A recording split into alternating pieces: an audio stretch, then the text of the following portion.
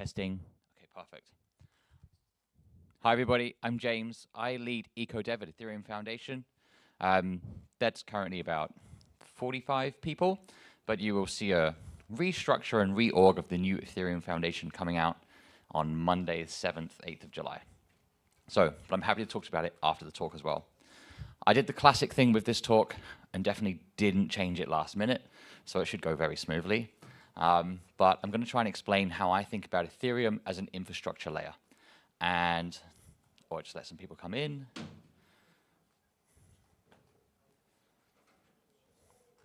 Okay. So today I want to talk to you about infrastructure, specifically the patterns that emerge when we talk about infrastructure. I think new infrastructure emerges when it evolves and eventually becomes essential. Why this matters particularly, I have made it a European slant, seeing as we're in Europe, and I think this all comes down to digital sovereignty. The Web3 community talks about decentralization. A lot of central banks, governments, enterprises talk about sovereignty. And let's dive in. So we have playing in someone else's playground. It's a simple observation that Europe's digital infrastructure challenge has become owned by, cloud computing is owned by Amazon, Google, and Microsoft. They own about 85% of the cloud computing market.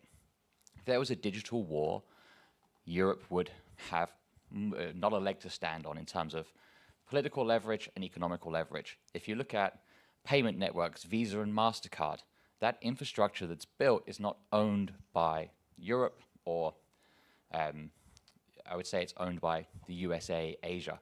They're writing the narratives currently, and this infrastructure layer is significantly important. But this isn't about market share, it's about policy influence.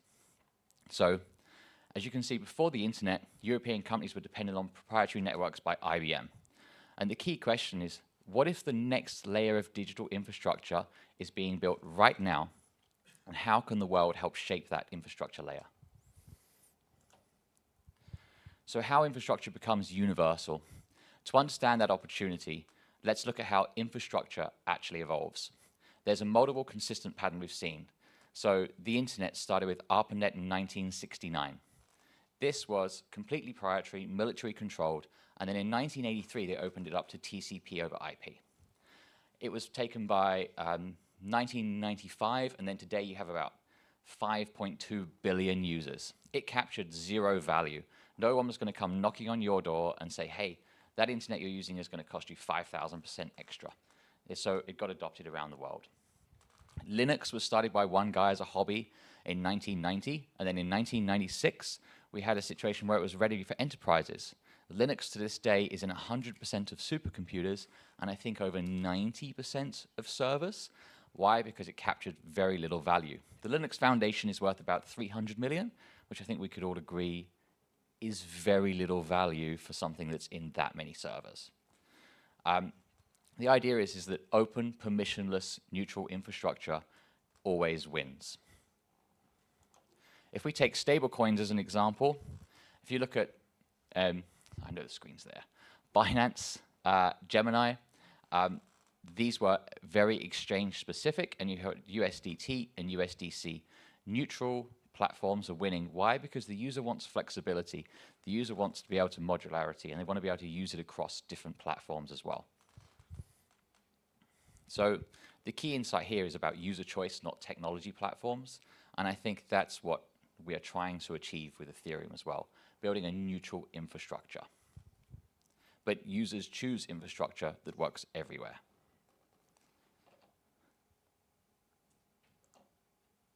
Another example, you've got MetaMask, again, a neutral player, can go over across many different networks, has 30 million different users. Coinbase, fairly successful with 8 million, but is limited because it's open on Coinbase and Base only. So people choose a neutral network they can use across different platforms. Uniswap's interface is fairly similar as well.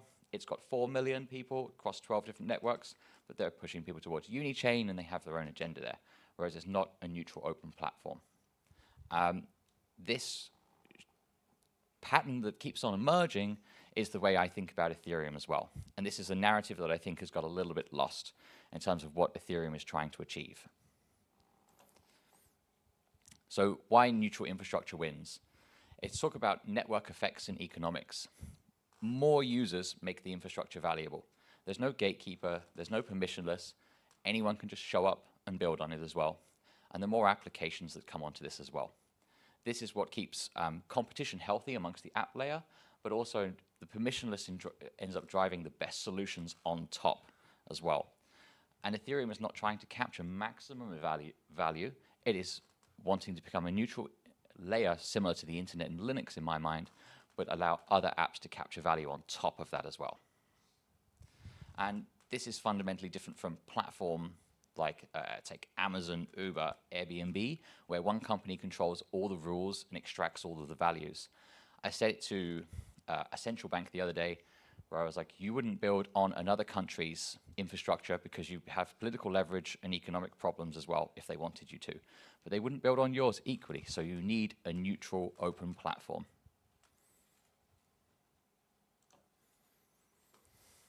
Here we have the missing neutral trust rail. If you look at banks, it's bank-dependent, geographic limited. Stablecoins is a narrative I'm sure you're all very aware of in terms of how that's doing as well. And you've got agreements and coordination. These are all things that I think blockchain can have a big influence and a big change in how the world interacts with itself at the moment. The internet before TCP over IP had lots of different priority networks that couldn't talk to each other, and that stifled innovation. And I think this is something that we can actually have way more innovation on different use cases, financial and non-financial. So enter programmable infrastructure. That neutral alternative is already being built, but there are lots of countries, regulators, enterprises not quite sure how to interact with it as well. It's a bit of a scary thing for them as well. I feel like them understanding this narrative that they can actually control what they put on there, choose who they interact with, but not get taken advantage of and not be held accustomed by a platform is a really strong narrative that Ethereum has not been talking about enough. I think the point here is that this is an infrastructure development and not a speculation. We're trying to build something that gets embedded and everybody can benefit from having a neutral part of it as well. If you look at platform versus infrastructure strategy, this brings us to a strategic choice. Do you build a platform-specific solution that you have high control but limited reach, or do you build an infrastructure where you get network effects from day one? History shows us the answer. If you look at Ledger, a European company that built on open Ethereum infrastructure, they become the world's largest hardware wallet vendor. And I think they're doing like $460 million in revenue. They didn't try to compete with infrastructure, but they built on top of it and focused on application innovation. And there's plenty of other examples like that as well. So early infrastructure adopters help shape the standards. And this is where I don't think we're having enough conversations around what this infrastructure can do. So this brings me to my final question. In 1990, European companies adopted internet, or should it stick with proprietary networks? In 2005, should it move to US cloud infrastructure? Or today, should it use European companies be building on programmable, permissionless infrastructure? What did we learn from the first two decisions? And that infrastructure timing really matters. That participation shapes rules. But late adoption means accepting other people's standards as well. So will the next protocol layer being written help Europe or hinder Europe? And will that infrastructure layer make a difference to the world?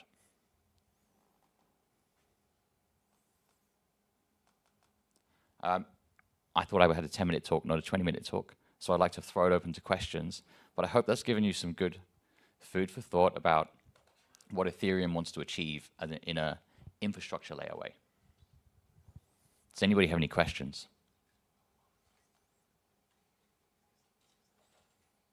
Any question?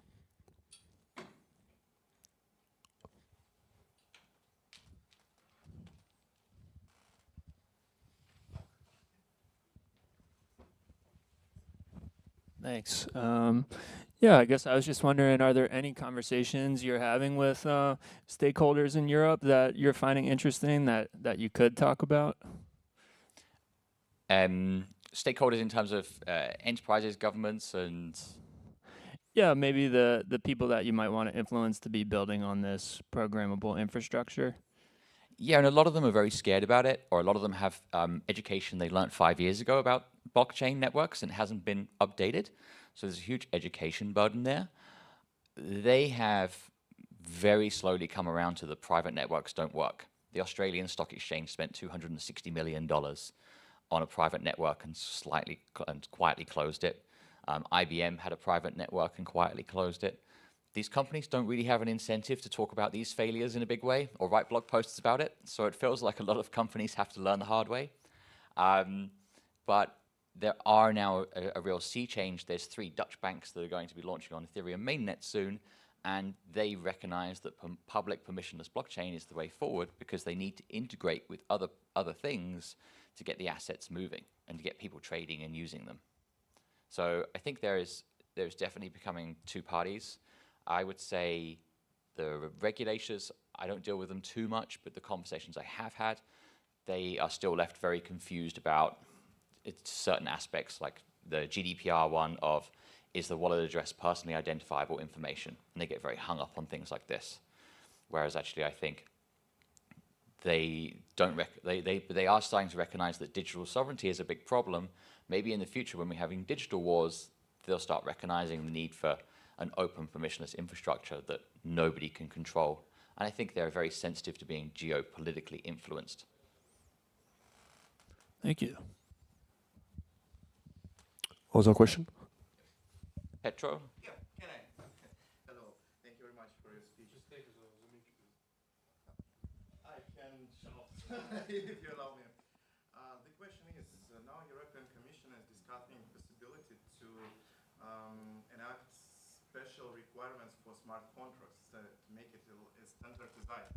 What do you think about this? Sorry, say it again to me. They want to make special standards for blockchain.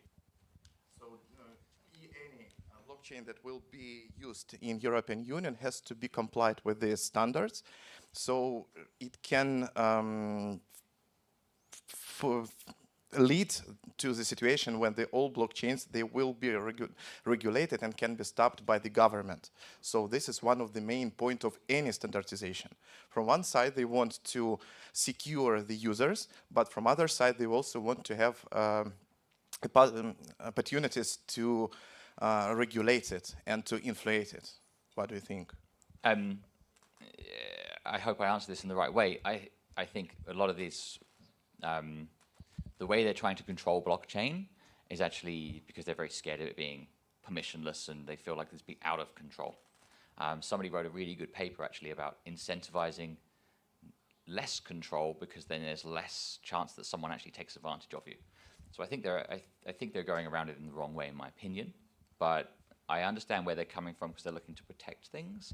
But I actually think, in terms of that, there'll be a lot of blockchain activity going out and being used outside of Europe, and it will stifle innovation in Europe until they actually come to the table and think of these things through a little bit more. If you think about the US dollar in my mind, the US government suddenly realized that the US dollar could be cemented around the world, worldwide, by stablecoins. So all of a sudden they started making legislation that actually went, oh, we can embed the US dollar very deeply into lots of different countries and economies, which gives us way, way, way more power around the world. So the US government caught on to this, and Europe made a knee-jerk reaction with their CBDC, or their wholesale CBDC, and we'll yet to see how that goes when they launch that in October. Great presentation. I have a question, and this comparison isn't perfect, so that's why I'm curious to hear your thoughts. So now, you said Linux, like the open version, is the most widely used in the world, but compare that, and the Linux Foundation is only worth 200 million, I think you said, and then compare that to Microsoft, which maybe use less, but Microsoft's one of the more valuable companies in the world. So what are your thoughts on like valuing with like ETH, the asset, even if maybe the infrastructure might be used, then if that comparison is true, would the asset then like not be as valuable compared to like more centralized and not credibly neutral service? Yeah, good question. So I think Ethereum offers a next generation, should I call it that, of open permissionless that captures some of the value, but the idea is not to capture all of the value. And the thing here is that we want people to build on and add more value and take more value as well. but they can do it in a way that there's user choice. So you have to provide really good value, otherwise you don't extract the value. Whereas Ethereum, I think, extracts some value, unlike the previous two examples I gave. But I would say it depends. If we end up with trillions and trillions of dollars on Ethereum as an open infrastructure layer, if it's as successful as the internet, then it'll be worth a lot. But it probably won't be worth as much as if a private company took that over. And that's okay, in my opinion. That's not what we're trying to do. Any other questions?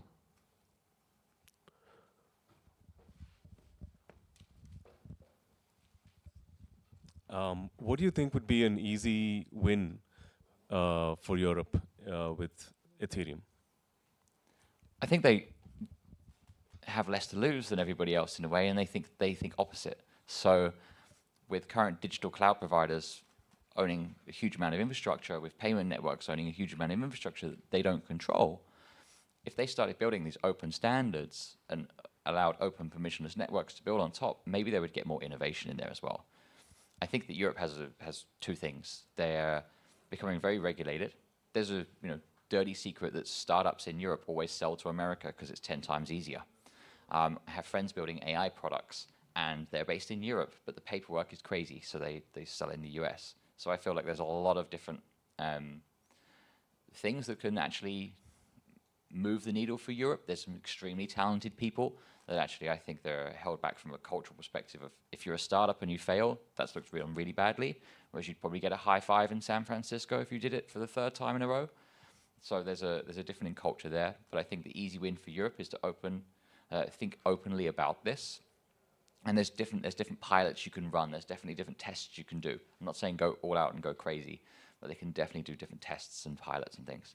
And you know what, the European Commission, for their to be positive about them, they are becoming way more open and listening to this as well, because I think they recognize that the next wave of digital sovereignty is being made right now, and they have to make a decision on what they want to do.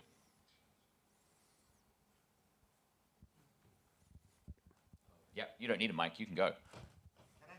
Yeah. Yes. Thank you very much. Tell please, mass adoption comes when everybody who use smart contracts, they understand what they are doing.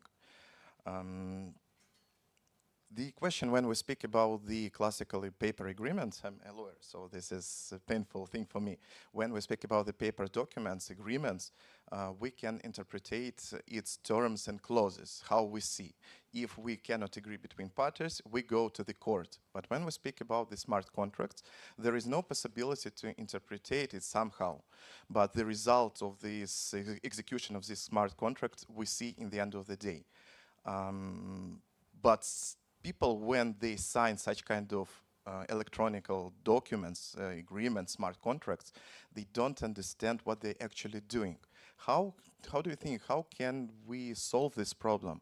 How can we explain to the users and to the government authorities who actually has a classical education and are not familiar with the digital technologies and blockchain? I think it'll come in many different phases, but there's a ton of projects working on this situation where it defines what smart contract does, what it can do, what its limitations are. There's a lot of projects working on this already. In terms of what I think organizations and enterprises will do, they'll have a very big, a very tight white list of smart contracts that they audit and they interact with before they go live with branching out with more variety of smart contracts as well.